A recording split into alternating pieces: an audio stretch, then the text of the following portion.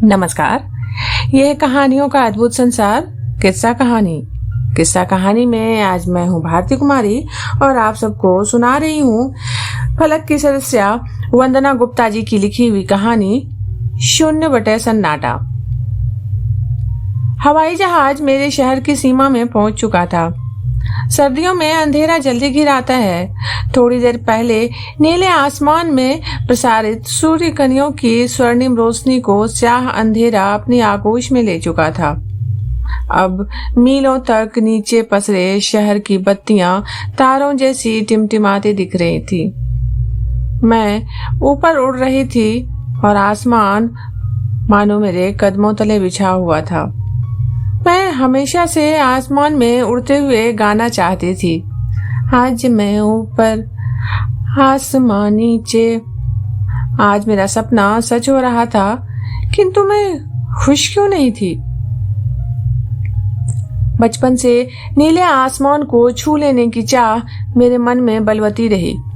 मैं उचक उचक कर उड़ने की कोशिश करती थी। मेरे पापा ने मेरा हर सपना पूरा करने में मेरा साथ दिया।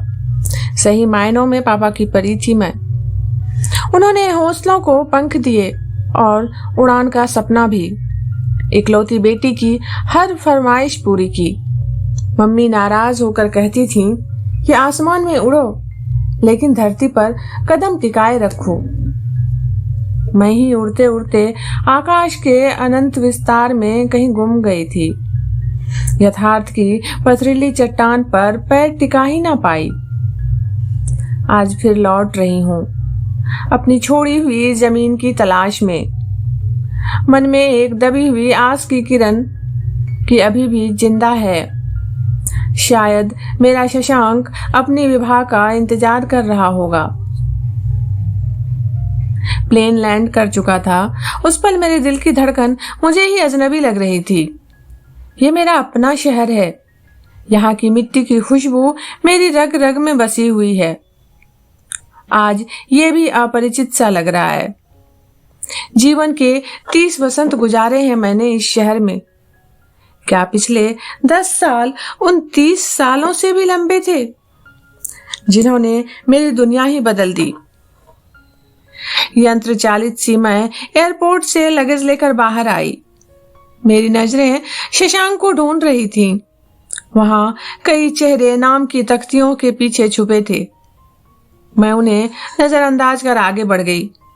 विश्वास था कि मेरे नाम की तख्ती नहीं होगी। इन 10 सालों में शशांक ने एक एक पल मेरे इंतजार में बिताया होगा और शिद्दत से मेरे लौटने का इंतजार कर रहा होगा। कितना हसीन होगा वो पल जब हमारी नजरें मिलेंगी। क्या मैं आज भी शर्मा जाऊंगी? क्या उसकी नजरों में वही प्यार का झरना बहता होगा? मैं सोच सोच कर अधीर हो रही थी। ये सच है कि मेरी महत्वाकांक्षा ने मुझे शशांक से दूर कर दिया था। हमारे बीच 10 साल का लंबा अंतराल पसरा था, किंतु ये भी उतना ही सच है कि इन 10 सालों में एक पल भी ऐसा नहीं गुजरा जब मैंने शशांक को याद न किया हो। मेरे दिल की हर धड़कन ने उसी को पुकारा था। मुझे विश्वास था कि मेरे आने की खबर सुनकर शशांक सब काम छोड़कर दौड़ा चला आएगा और मुझे बाहों में समेट कर कहेगा कि सुबह का भूला शाम को घर लौट आए तो उसे भूला नहीं कहते। बीप की आवाज के साथ मेरे मोबाइल में लाइट फ्लैश हुई। मैसेज था, सॉरी विभा, एक मीटिंग में फंस गया हूँ। ड्राइवर को भेजा है गाड़ी लेकर तुम्हें रिसीव करने। मैंने पीछे नजर दौड़ाई। केवल एक तख्ती थी विभा के नाम की। आज मेरा नाम भी मैं पहचान नहीं पा रही थी। मन बोझिल हो तो तन उससे 10 गुना बोझिल हो जाता है। एक एक कदम उठाना मुश्किल लग रहा था। ड्राइवर ने एयर बैग डिक्की में रखा और कार का गेट खोल दिया। कार शहर की चिरपरिचित गलियों में दौड़ रही थी और मेरा मन भी। मैं अमीर माँ बाप की इकलौती बेटी थी। मेरे कहने से पहले ही मेरी इच्छाएं पूरी हो जाया करती थीं। जिंदगी में अभाव कभी रहा ही नहीं और मेरा प्रभाव सब पर रहा। शायद इसीलिए मैं जिद्दी हो गई थी। शशांक और मेरी दोस्ती कॉलेज के कैंटीन में हुई थी। उस दिन वो आखिरी समोसा बचा था और खरीदार हम दोनों। कैंटीन वाला पेशो पेश में था, तभी उसने 2 प्लेट लेकर समोसा आधा आधा किया और मुस्कुराते हुए 1 प्लेट मेरी ओर बढ़ा दिया। बस उस मुस्कुराहट ने मेरा दिल ले लिया था।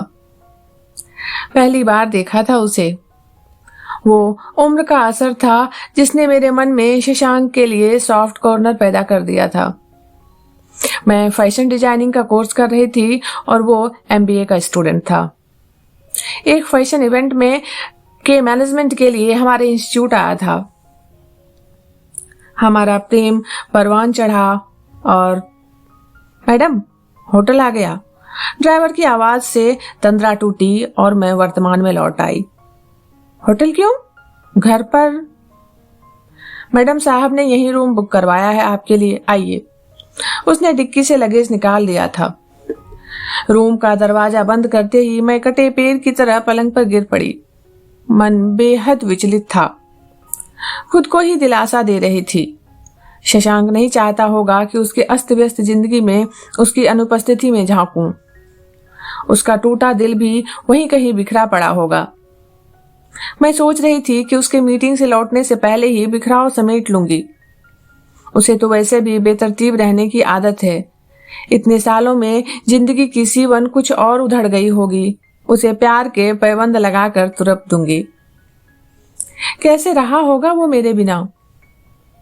मैं अपने सपने पूरे करने की जिद में उसे अनदेखा करती चली गई थी। कितना रोका था उसने, लेकिन ट्रेन वेटर था। मैडम साहब का फोन था, आप डिनर में क्या लेंगी बता दीजिए। ठीक है, थोड़ी देर में बता दूंगी। मैंने गीजर ऑन किया। एक शावर लेने से तन मन दोनों हल्के हो गए। गाउन पहन लिया और बालों को हल्की नॉट बनाकर छोड़ दिया। अब मैंने नोट किया कि ये वही होटल था जिसमें हम वीकेंड में आया करते थे। मतलब शशांक को मेरी पसंद का ख्याल अब भी है। मैं कितनी गलत थी जो उसके प्यार को समझ नहीं पाई। सोचते सोचते मैंने रिसेप्शन का नंबर डायल किया। रूम नंबर 214 में एक कॉफी और एक डोसा भिजवा दीजिए। मैं सोचने लगी, रूम नंबर 214 मतलब 21 अप्रैल, तारीख भी। मतलब शशांक मुझे फिर से उन लम्हों में ले जाना चाहता है। कितनी बुद्धू थी मैं जो उसके प्यार को ठुकरा कर अपने सपनों के पीछे भाग रही थी। आकाश से भी ऊंचे सपने थे मेरे। भूल गई थी कि कितना भी ऊपर उड़ो, आकाश और ऊंचा होता जाता है, पर उसे बाहों में कोई नहीं समेट पाता। अलबत्ता पैरों के नीचे से जमीन जरूर सरक जाती है। सोचते सोचते आंख लग गई। सुबह मैं सनराइज देख रही थी। इस होटल के इसी रूम की विंडो से बने एंगल से ये खूबसूरत नजारा पहले भी शशांक और मैंने साथ में देखा है। विभा और शशांक एक दूसरे के पूरक हैं। रात के बिना चांद दिखता नहीं और चांद से रात भी उजियारी हो जाती है, वो हमेशा कहता था और मैं उसकी बाहों में सिमट जाती थी। हमने कभी गौर ही नहीं किया कि सूरज के आने से रात और चांद दोनों कहीं खो जाते हैं। हमें सूरज का आना हमेशा अच्छा लगता रहा। अचानक कंधे पर जाना पहचाना स्पर्श महसूस हुआ। पलटकर देखा, मैं सही थी। शशांक आ गया था। हम साथ में सूर्योदय देख रहे थे। विभा, मुझे पता था तुम लौट कर जरूर आओगी। शशांक, मुझे माफ कर दो। मैं भूल गई थी कि मैं जिस महत्वाकांक्षा को पूरा करने जा रही थी वो मेरे लिए मृगमरीचिका सी साबित होगी। भास्कर ने मुझे सपना दिखाया और मैं उसे पूरा करने निकल पड़ी। ग्लैमर की दुनिया में नाम और दाम तो है, पर सुकून नहीं। हमने कई देशों में फैशन शो किए। अब मैं थक गई हूं शशांक। मैं उसके कंधे पर सिर टिकाकर रो पड़ी। सूर्योदय हो गया था और मैंने देखा कि शशांक का चेहरा बदलने लगा। अरे, ये सामने भास्कर खड़ा था। मैं घबरा गई, चिल्ला उठी, शशांक, शशांक, कहाँ हो तुम? अचानक नींद खुली। ओह, ये सब सपना था। मैंने राहत की सांस ली। सुबह के 9 बज चुके थे। मोबाइल की घंटी बजी। विभा, तुम तैयार रहना, मैं 1 घंटे में आ रहा हूं। ठीक है। मैं आहत हुई। एक बार हालचाल पूछ लेते तो क्या बिगड़ जाता। विचारों को झटक कर मैं उठ बैठी। नहाने के बाद बहुत देर तक बैग खोल कर बैठी रही। नीला सूट निकाला। शशांक को गुलाबी रंग पसंद है। फिर बेबी पिंक कलर का प्लाजो सूट निकाल कर पहना। फर वाला मरून कोट, स्टोल और शूज पहनकर काजल, हल्की लिपस्टिक और मरून बिंदी लगाई। शशांक का फेवरेट परफ्यूम लगाकर बाल खुले छोड़ दिए। कानों में लंबे इयररिंग्स, ब्रेसलेट और गले में पतली सी चेन डाल ली। आईने में देख खुद पर ही मोहित हो गई। 40 की उम्र में भी मैं षोडशी ही लगती हूँ। आखिर जानी मानी फैशन डिजाइनर हूँ, जिसका नाम देश ही नहीं विदेश तक में जाना जाता है। कितने ही फैशन शो अरेंज कर चुकी हूँ। टॉप की मॉडल्स मेरे साथ काम करती हैं। मैं रूम से निकलकर लॉबी में आ गई थी और वहीं सोफे पर बैठकर शशांक का इंतजार करते हुए न्यूज़पेपर देखने लगी। कितना प्यारा बच्चा है। पेपर में छपी फोटो पर नजर ठहर गई। बहुत पहचाना सा चेहरा लगा। मैं सोचने लगी कि शशांक बचपन में ऐसा ही दिखता होगा। कितनी समानता है चेहरे में। किसी स्कूल फंक्शन में प्राइज लेते हुए वो बहुत मासूम लग रहा था। हेलो विवाह, कैसी हो? कोई दिक्कत तो नहीं हुई? शशांक आ चुका था। उसने मेरी ओर हाथ बढ़ाया। हाथ मिलाते हुए पहले स्पर्श सी अनुभूति हुई। संयत रहते हुए मैंने जवाब दिया, ठीक ही हूं, तुम कैसे हो? अच्छा हूं, चलें? मेरे जवाब की प्रतीक्षा किए बिना वो बाहर निकल गया। मेरे मन में कुछ दरक गया।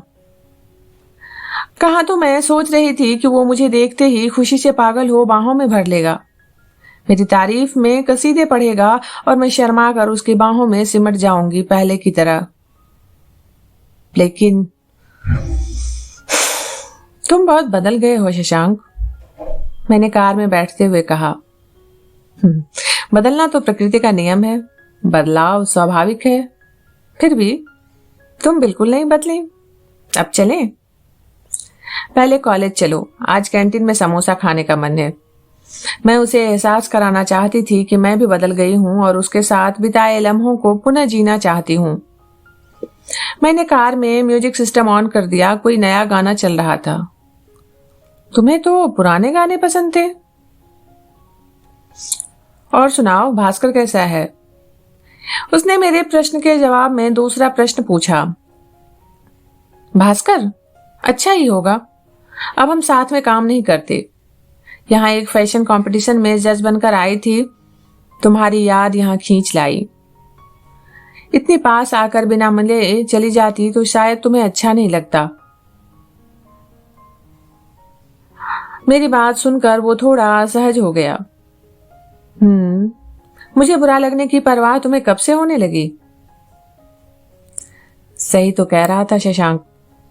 उसे कितना बुरा लगा होगा 10 साल पहले, जब मैं अपने सपनों की राह में उसे रोड़ा समझकर यूं उसकी जिंदगी से एकाएक ही चली गई थी।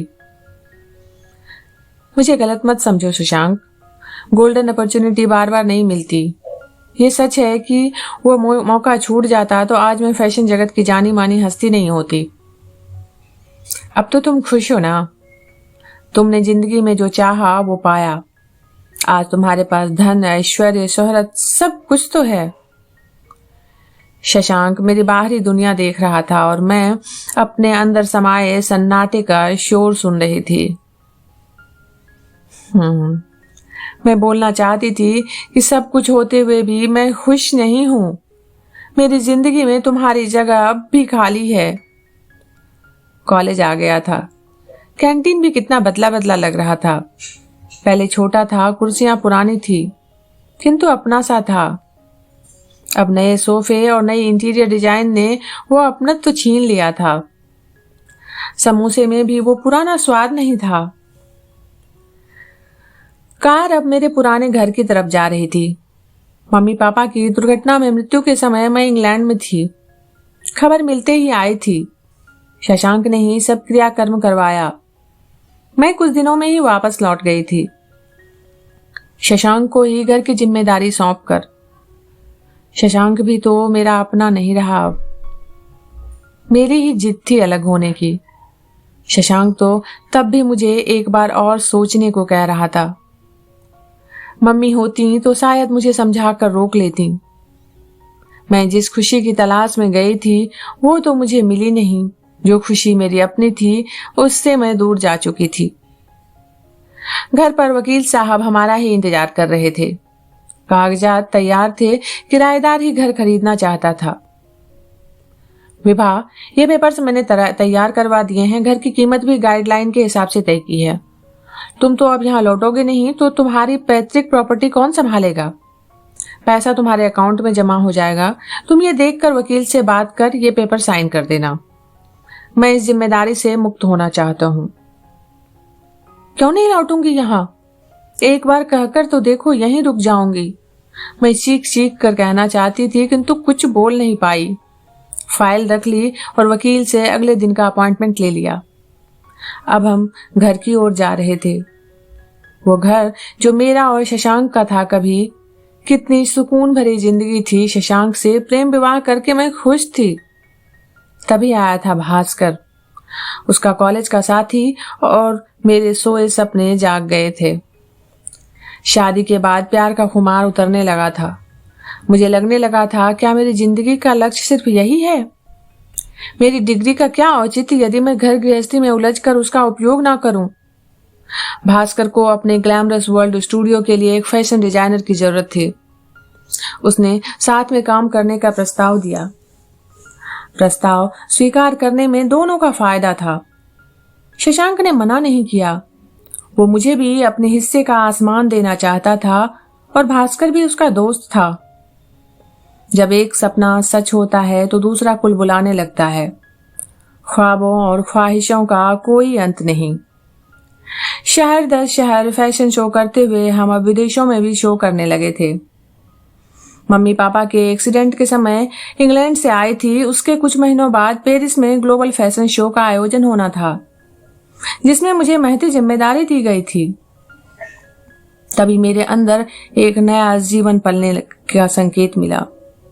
कितना खुश हुआ था शशांक। हम अपने बेटे का नाम गगन रखेंगे। लेकिन मैं नहीं चाहती कि मेरा सपना टूटे। मुझे पेरिस जाना है। मुझे अभी ये बच्चा नहीं चाहिए शशांक।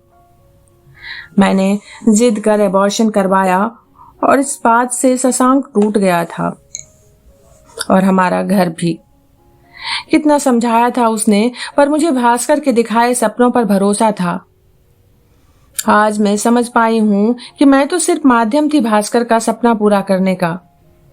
मैंने शशांक को खो दिया और अपनी सुखद गृहस्थी में भी खुद ही आग लगा ली। सच जानकर अब लौटना चाहती हूँ। इंतजार कर रही हूँ शशांक के एक इशारे का। मेरी महत्वाकांक्षा ने मुझे जो दिया उससे कहीं अधिक छीन लिया। शशांक, तुम एक बार पुकार लो, मैं सब छोड़कर दौड़ी चली आऊंगी। मुझे गलती का एहसास हो गया है। आओ विभा। कार रुक गई थी, किंतु उसकी सोच नहीं। घर आ गया था, मेरा घर। ये भी कितना बदला बदला लग रहा है, पहले से ज्यादा व्यवस्थित। क्या शशांक ने मेरे बिना खुद को संभाल लिया है? बाहर लॉन में झूला लगा था। उस पर बैठा एक प्यारा सा बच्चा दौड़कर आया और चिल्लाकर बोला, मम्मी, पापा आ गए। नमस्ते आंटी। मैं बुरी तरह चौंक गई। शशांक की ओर देखा, वो निर्विकार था। तुमने बताया नहीं कि तुमने शादी? विभा, जब जिंदगी में तुम आगे बढ़ गई तो मैं कब तक रुकता? किस अधिकार से बताता तुम्हें? तुम तो संबंध खत्म कर चली गई थी। हमारे सपने को तोड़कर अपने सपने के पीछे भाग रही थी। तुमने जब जो चाहा पाया, जब चाहा छोड़ा। खैर, इन बातों का अब क्या फायदा। आओ, इनसे मिलो। ये मेरी पत्नी वसुधा। और उसके परिचय कराने से पहले ही बोली, नमस्ते, आइए विभा जी। मैंने भी हाथ जोड़ दिए। कुछ बोल ही नहीं पाई। क्या सोच कर आई थी और क्या हो गया? सब कुछ कांच सा पारदर्शी था। मैंने कभी प्रेम को समझने की कोशिश ही नहीं की, विवाह का अर्थ ही नहीं जान पाई। मैं और तुमसे हम तक पहुंच ही नहीं पाई। यदि मुझे पता होता कि शशांक ने शादी कर ली है तो क्या मैं इसके घर आती? शायद नहीं। पर वसुधा कितनी उदार मना है, जानती है कि शशांक और मेरी लव मैरिज थी, फिर भी इतनी सहज होकर मेरा स्वागत कर रही है। दोनों की जोड़ी कितनी अच्छी है, एक दूसरे के प्रति समर्पित है। अब ये मेरा नहीं, वसुधा का घर है। चप्पे चप्पे पर उसकी छाप अंकित है। मुझे उससे ईर्ष्या हो रही है, लेकिन क्यों? मैं ही तो सब छोड़कर चली गई थी सपने पूरे करने। अब अधूरा सपना याद आने लगा। मानव जिस खुशी की चाह में भटकता रहता है वो तो उसके अंतर्मन में ही छिपी है। ये बात आज वसुधा को देखकर जान पाई हूं। गगन, चलो खाना खा लो। गगन। मैं थोड़ा और दरक गई। यही तस्वीर तो सुबह मेरे सामने पड़े न्यूज़पेपर में छपी थी। तभी शशांक से चेहरा मिलता हुआ लगा था। मतलब शशांक इसके स्कूल कार्यक्रम में था, मीटिंग का बहाना था। सामने शशांक, वसुधा और गगन की तस्वीरें थी। इस फ्रेम में वसुधा की जगह मैं हो सकती थी। उन तीनों को यूं मुस्कुराता देखकर मुझे अपनी हार प्रतीत हो रही है। उन दोनों की शादी की तस्वीर में भी फ्रेम में थी, डेट लिखी थी 21 अप्रैल। मतलब हमारी शादी की तारीख को ही शशांक ने वसुधा से शादी की। अब ज्यादा देर रुका नहीं जा रहा था। मुझे अपना अजन्मा बच्चा याद आ रहा था। अपनी महत्वाकांक्षा को पूरा करने की प्रत्याशा में कितना कुछ गंवा दिया मैंने। जीवन के अनमोल पल सपनों की मरीचिका में भटक कर यूं ही जाया कर दिए। फिर भी मैं तृषित ही हूं। शशांक के दिल में लहराता प्यार का झरना और वसुधा की ओर प्रवाहित हो चला है। मातृत्व के बिना कोई भी स्त्री अधूरी ही है, ये मैं आज समझ पाई हूं। ना मैं मां बन पाई और ना ही पत्नी बनी रह सकी। आसमान छूने की चाहत में जमीन गंवा दी है मैंने। शाम को वो तीनों मुझे वापस छोड़ने आए। आंटी देखो, सूरज कितना प्यारा लग रहा है। गगन और मैं पीछे बैठे थे। कार की खिड़की से गोल गोल और लाल सूरज वाकई सुंदर दिख रहा था। ये ढलती शाम मैं शशांक के साथ बिताना चाहती थी, सूर्यास्त देखना चाहती थी, उसके कंधे पर सिर टिकाए हुए, जो अब संभव नहीं था। रियर व्यू मिरर में एक पल को हमारी नजरें मिली। मैं फिर बाहर देखने लगी। नहीं चाहती थी कि वो मेरी आंखों में की झील में ढलता सूरज देखे। होटल पहुंचकर मैंने वकील को फोन किया। कल के बजाय आज ही मिलने और जरूरी कागजात तैयार करने के निर्देश दिए। मैं कल्पना कर रही थी कि शशांक बीच में खड़ा है, उसके एक तरफ मैं और दूसरी तरफ वसुधा है। मेरे पास कितना कुछ है। अपने सपनों का आसमान पा लिया है मैंने। शशांक का पहला प्यार हूं, फिर भी वो वसुधा का है। वसुधा ने शशांक के प्यार और सपनों का आसमान पाया है, गगन के रूप में, और मैं सूरज के चकाचौंध में चांद को भी गंवा बैठी। मेरे जीवन में जो शून्य आ गया है उसकी भरपाई असंभव है। आज मेरे साथ ऐशो आराम के सारे साधन हैं, किंतु जीने की वजह नहीं। मैंने अपना पैतृक घर बेचने की बजाय गगन के नाम कर दिया। जानती हूं कि रिश्तों के बंधन खत्म हो जाने के बाद भी यादों का महीन धागा दिलों को जोड़े रखता है। मैं तो उन यादों के भंवर में अभी भी उलझी हूं, किंतु शशांक की उदासीनता मुझे बेचैन कर रही है। मैं चाहती हूं उससे मेरा कभी नाता ना टूटे। मैं वसुधा और उसकी जिंदगी में आना नहीं चाहती, लेकिन उसकी जिंदगी से जाना भी नहीं चाहती। सब कुछ पा लेने के बाद भी बहुत कुछ खो देने का ये एहसास क्या मेरे अंदर एक नई तृष्णा को जन्म दे रहा है? अगली सुबह काउंटर पर शशांक के लिए एक लिफाफा छोड़ मैंने होटल से चेकआउट कर लिया, ऑनलाइन टिकट बुक करवाया और चल पड़ी एक नए मुकाम की ओर। शशांक और भास्कर दोनों ही पीछे छूट रहे थे, पर अब मुझे परवाह भी कहाँ थी। ये कहानी इतनी ही। अभी आप सुन रहे थे भारती कुमारी की आवाज में फलक की लेखिका वंदना गुप्ता जी की लिखी हुई कहानी शून्य बटे सन्नाटा। जल्दी ही मिलते हैं एक नई कहानी के साथ। तब तक आप जुड़े रहिए किस्सा कहानी से।